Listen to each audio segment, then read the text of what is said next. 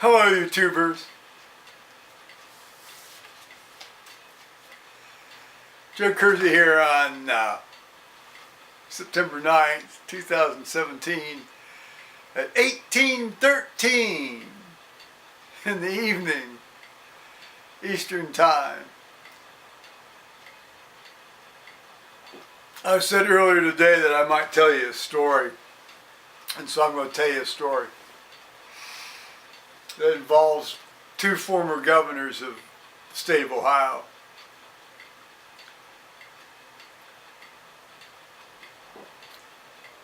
Now in 1983,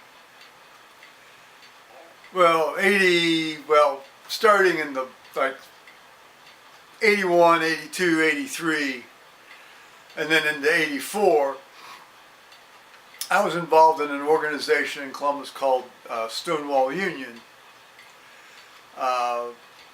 Gave them a fair amount of money when they were having really difficult times. I ended up buying their first computer system for them. 1983 computers, whoa, wow, think of that. I was on their board for a while, which gave me a little bit of an eye-opener about how charitable organizations' boards work. I thought medical politics was bad. Screw that.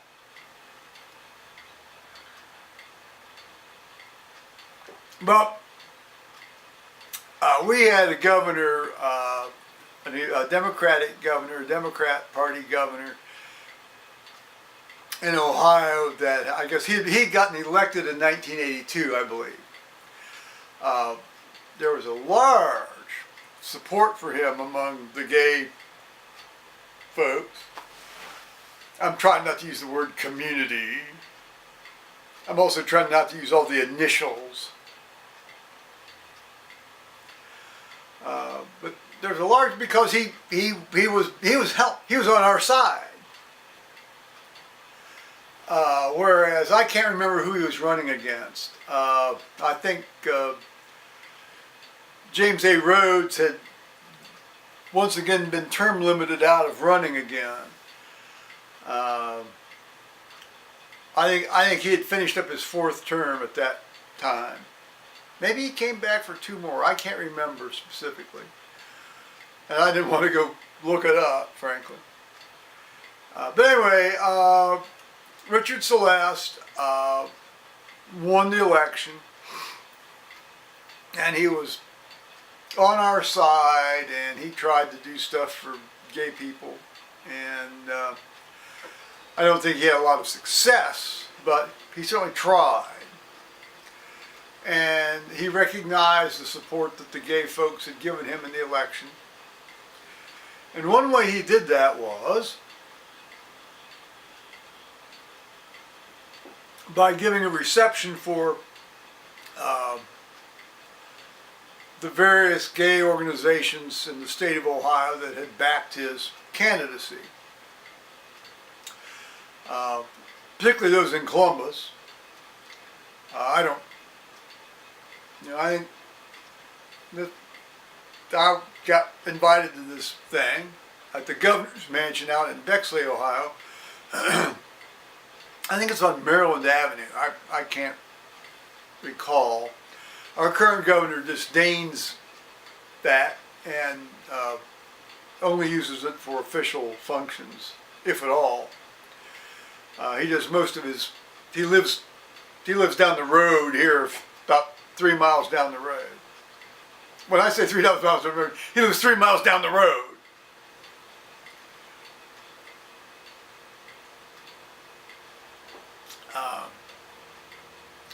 Very, very high-end place.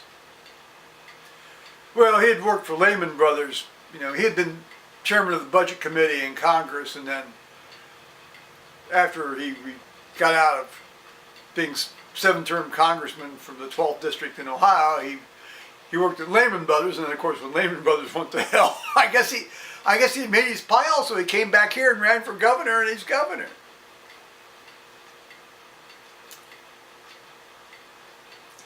that has nothing to do with today's story. So, Richard Celeste, or Dick Celeste, or as the sign said that were against his election, said, as you went down I-71, when I drive down I-71 to my mother's, it says, Dick Celeste, before he dicks you, was governor, and his wife was a woman named Dagmar, who has since, in her own right, had a fairly interesting and colorful story, which I won't go into here, for fear of actually slandering the woman. I'm not going to go there, guys. But leaving aside Richard Celeste's very interesting large gap between his two front incisors,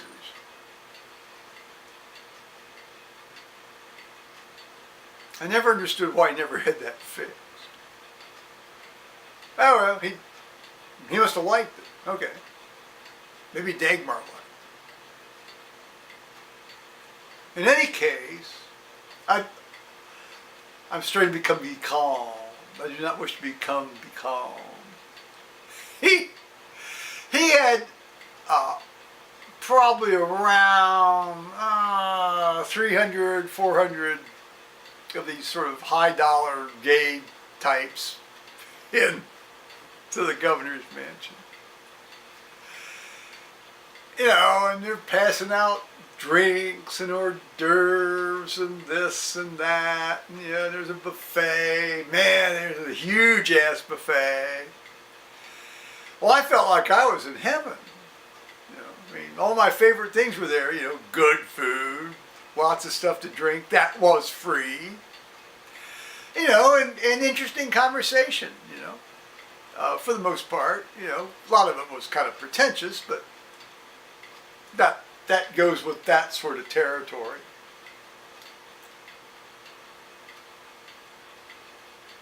There were a lot of queens there.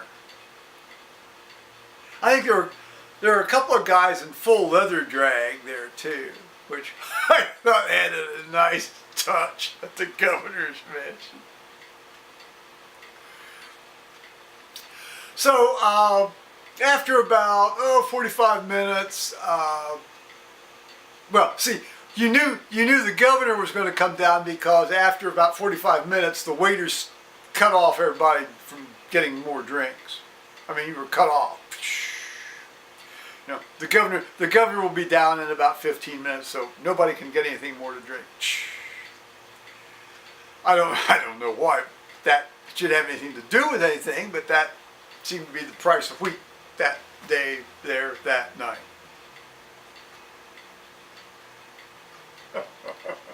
It's amazing how details keep coming back to you while you talk about these things.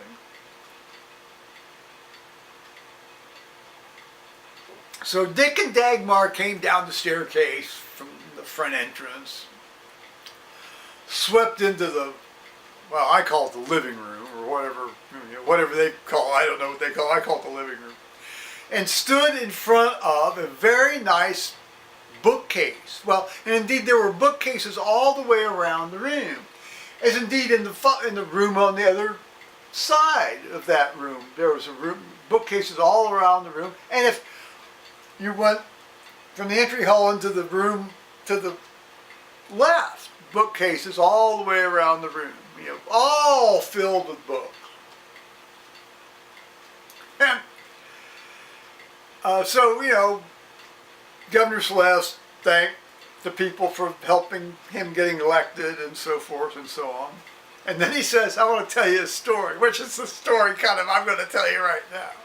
So, I give credit to Governor Celeste for this one.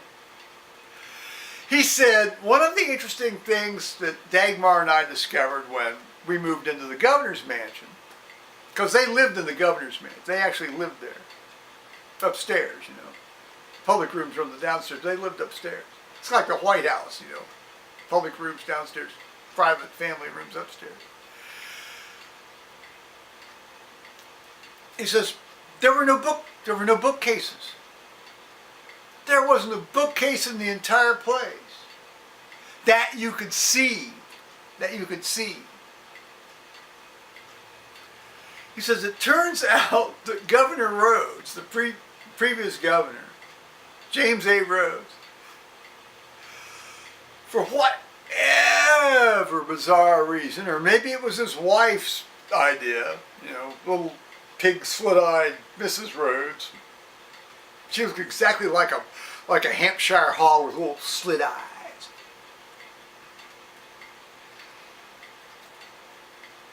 She did. She was a singularly unfortunate looking individual. Well, she can't help how she looked. Well, yes, she could have too. She could have. Well, anyway. They didn't, or she didn't, or he didn't, or both of them didn't like to see books out where you could see them. That's an attitude that just absolutely astonishes me because, you know, you've seen my place, you know, it's like, whoosh, you know, in my office, you know, stacked beside my bed, you know, in here, down the hall, over here, in the other bedroom. Oh, a lot of that's porn. It's high quality porn. Classic. Again, let's not get sidetracked and be calm, Joe. Well, anyway, so it turns out Governor Rhodes didn't like books. So what he did when he became governor and moved into the governor's mansion was, or I guess moved back in because he had lived there twice. As you know, he had lived there before, and then he lived there again.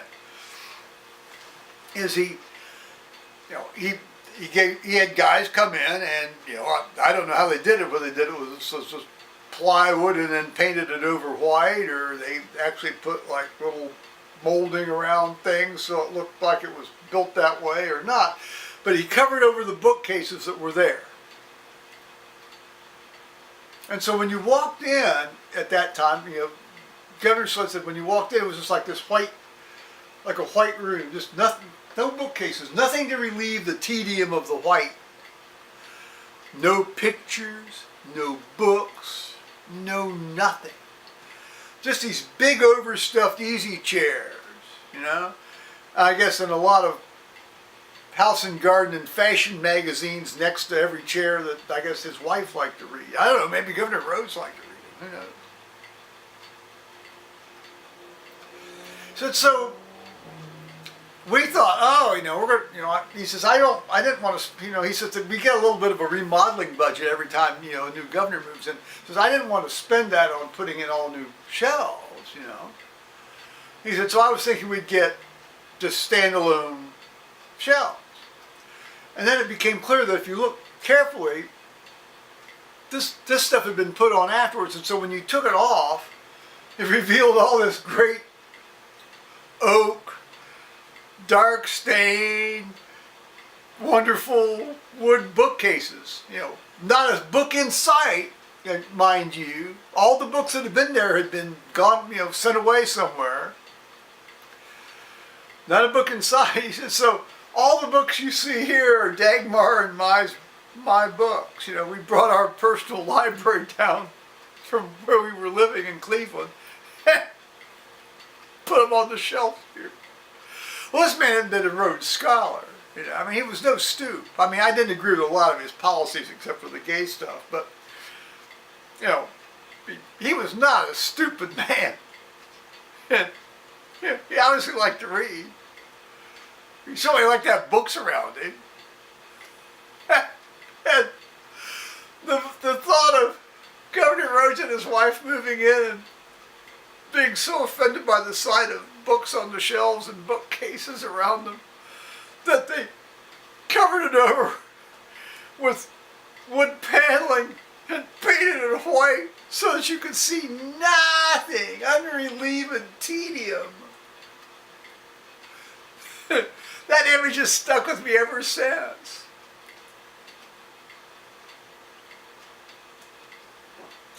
But I thought you guys might get a kick out of hearing that story. I know I did. And then I went home. No, I had not had that much to drink. I was being a good boy. Because I had my little re-education moment. I still didn't like the way they stopped the flow of free drink 15 minutes before the governor came down the stairs. So. Alrighty, bye-bye, YouTubers.